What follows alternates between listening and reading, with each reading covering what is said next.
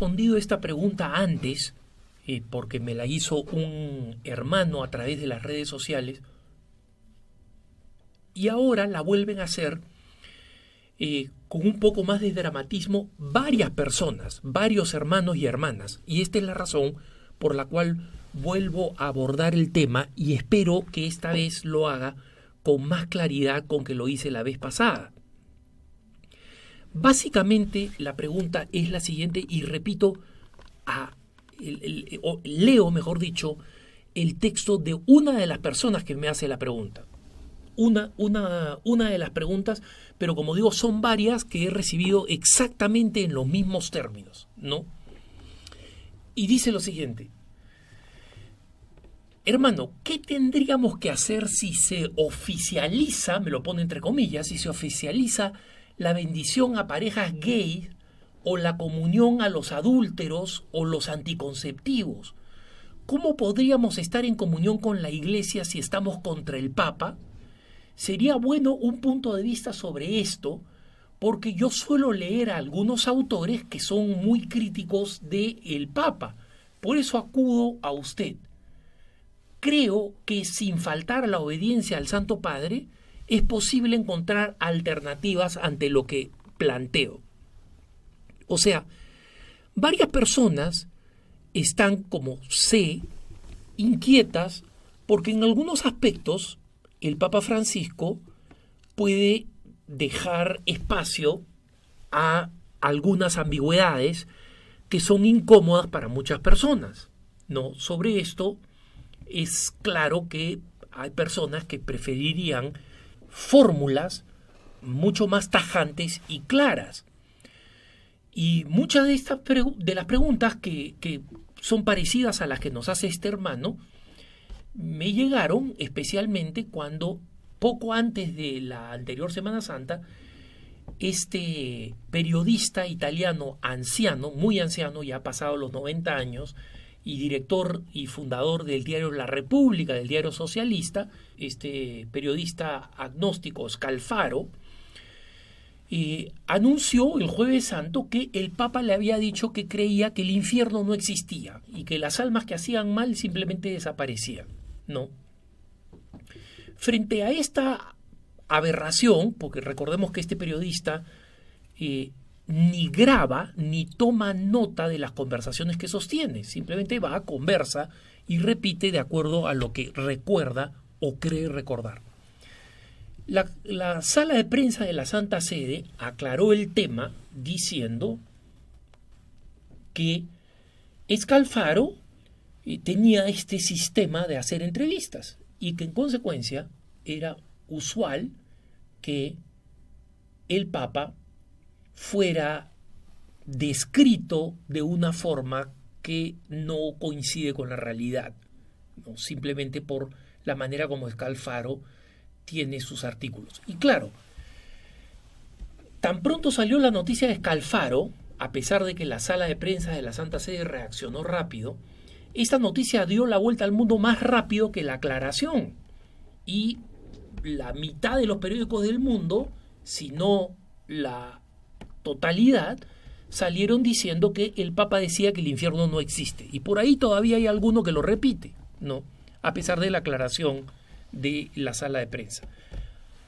Muchos hermanos me dijeron, pero Alejandro, ¿por qué la sala de prensa no aclaró diciendo el Papa obviamente cree en el infierno y es más, ha hablado del infierno en tal y cual ocasión? Efectivamente, el número de veces que el Papa ha hablado del demonio y del infierno es un número increíble, ¿no? O sea que para cualquiera de nosotros que estamos acostumbrados a seguir al Papa, el titular con el que apareció en la mañana, ¿no? Que el Papa no creía en el infierno, a pesar de que estábamos preocupados por el tríodo pascual, que era en lo que debíamos concentrarnos, nos dio risa porque sabíamos que esta es una invención ridícula que está refutada por los hechos, ¿no?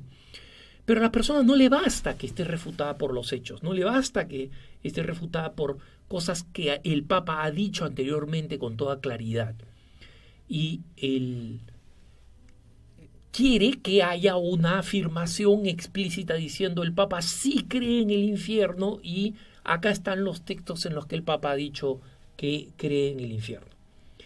Miren, hermanos, obviamente los católicos tenemos distintos gustos y no son pocos los que prefieren o preferiríamos una forma de expresarse del Papa que sea más clara y más tajante en todos los aspectos que menciona este amigo en su correo, ¿no? La oficialización de la bendición a parejas gay, la comunión a adúlteros o los anticonceptivos. Ninguna de estas cosas están en la agenda del Papa. Pero esa no es la razón principal de nuestra esperanza. La razón principal de nuestra esperanza, hermanos, es que nosotros creemos en la infalibilidad papal como una verdad de fe. Pero ¿qué cosa significa creer en la infalibilidad papal? Creer en la infalibilidad papal significa en que nosotros creemos genuinamente que el Espíritu Santo asiste al vicario de Cristo en la iglesia, asiste al vicario de Cristo de una manera especial y le da la fortaleza, la sabiduría, el conocimiento, la autoridad, el sentido de oportunidad y la prudencia para poder pronunciarse sobre temas que son doctrinales.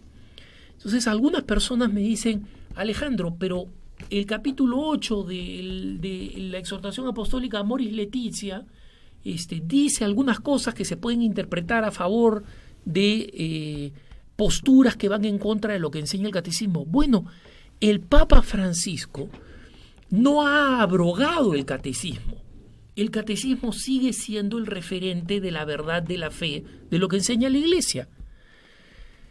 El Papa San Juan Pablo II cambió dos pasajes del catecismo.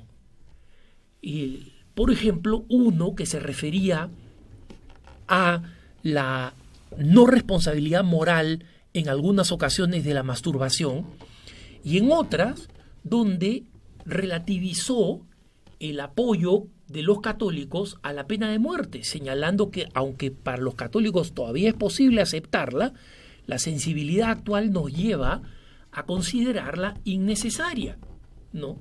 Entonces, el Papa tiene la potestad de cambiar el catecismo. Francisco no lo ha cambiado. Y el día que lo cambie, lo hará como lo ha hecho San Juan Pablo II, para clarificar la doctrina, no para oscurecerla. Entonces, cuando un hermano, o varios hermanos en este caso, me preguntan, ¿qué tendríamos que hacer si se oficializa la bendición a parejas gay? Simplemente te digo, no tienes por qué preocuparte de eso porque no va a pasar. Porque el Espíritu Santo es el que sigue guiando a la Iglesia y lo hace a través del vicario de Cristo. Entonces, hacernos esta pregunta hipotética es doblemente malo. Primero, porque nos angustiamos por algo que no pasa, que no está pasando, por algo que es hipotético. Entonces, psicológicamente no nos ayuda a tener una buena disposición hacia el Papa y hacia la Iglesia. Y en segundo lugar,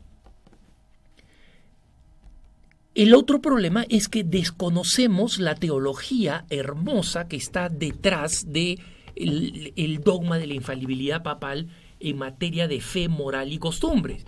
En materia de fe, moral y costumbres. No es que el Papa sea infalible en todo, ¿no? El Papa, en vez de decirme Alejandro, me dice Alberto. Bueno, ahí no está en juego su infalibilidad, ¿no? Pero es importante que entendamos que en estas circunstancias no tenemos por qué ponernos en una situación hipotética que básicamente significa desconfiar de la acción del Espíritu sobre la Iglesia. Entonces, ninguna ambigüedad, real o no, y digo real o no porque hay algunas cosas en las que el Santo Padre ha preferido dejar espacio a un debate teológico. Hay otras en las que algunos aducen que el Papa ha dicho cosas que no ha dicho. En consecuencia, nosotros tenemos que seguir confiando en la realidad del pontificado, no solamente de este pontífice que nos ha tocado, el Papa Francisco, sino del pontificado como institución. Entonces, dejar crear esta situación de alerta es insano, es malsano. Eso lo hacen los lefebristas, eso lo hacen los tradicionalistas, eso lo hacen los enemigos del Papa. Crear una situación en la que aparentemente los católicos nos estamos aproximando a una circunstancia en la que vamos a tener que escoger entre el cisma o la herejía. Y esa situación no es cierta. No nos estamos acercando ni al cisma ni a la herejía.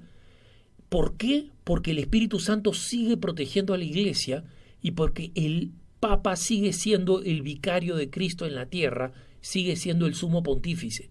Y tenemos que seguir rezando por él para que cumpla con su ministerio de acuerdo a como el Espíritu Santo lo inspire, para que no solamente alcance la santidad personal como muchos de sus predecesores, sino para que ayude a que todos los católicos la alcancemos.